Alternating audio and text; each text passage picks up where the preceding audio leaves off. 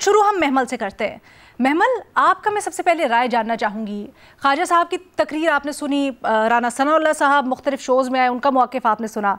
क्या दुरुस्त बात कर रहे हैं, क्या दुरुस्त सवाल उठा रहे हैं कि ना इख्तियार था इन जजेस का, और जो जो लाइन वो ले रहे हैं उसमें सियासी रविश ज़्यादा नज़र आती है?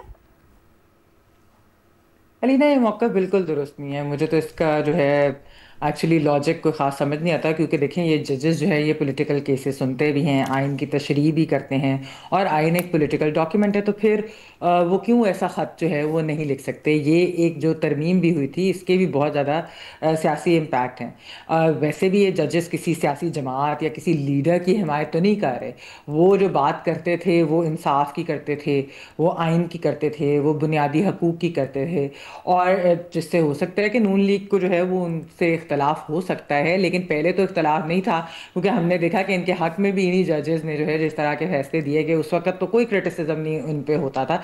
वैसे भी देखिए अलीना, इनकी जजेस की बात भी दुरुस्त है ना, कि अगर अब उनके दिए गए जो फैसले हैं उनकी कोई हैसियत ही फाइनल नहीं रहेगी, यानी कि सुप्रीम कोर्ट की हैसियत एक अगर लोअर कोर्ट की जगह की तरह हो जाए, क्योंकि फेडरल कॉन्स्टिट्यूशनल कोर्ट आ गई है, तो फिर इन जजेस के पास क्या रह गया। वैसे भी अलीना आप देखें, आप इन दो जजेस की अगर आप जजमेंट्स उठा के देखें, खासतौर पर मैं कहूँगी कि मंसूर अली शाह साहब की, तो उन्होंने इतनी अच्छी जजमेंट्स दी हैं।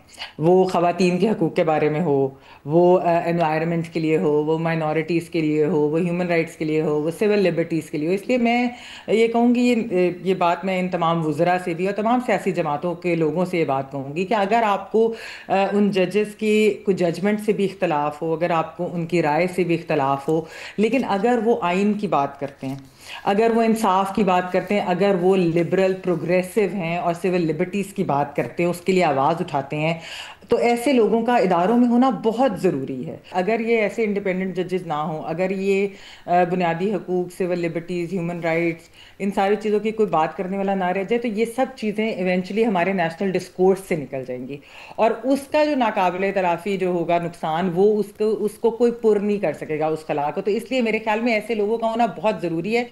और ये हमारी सियासी जमातों को, बेशक आज जो हुकूमत में भी हैं, इनको भी एक दिन और शायद बहुत जल्द इस बात का अंदाज़ा हो कि ऐसे इंडिपेंडेंट वॉइसेस के बगैर जो है सिस्टम नहीं चलते।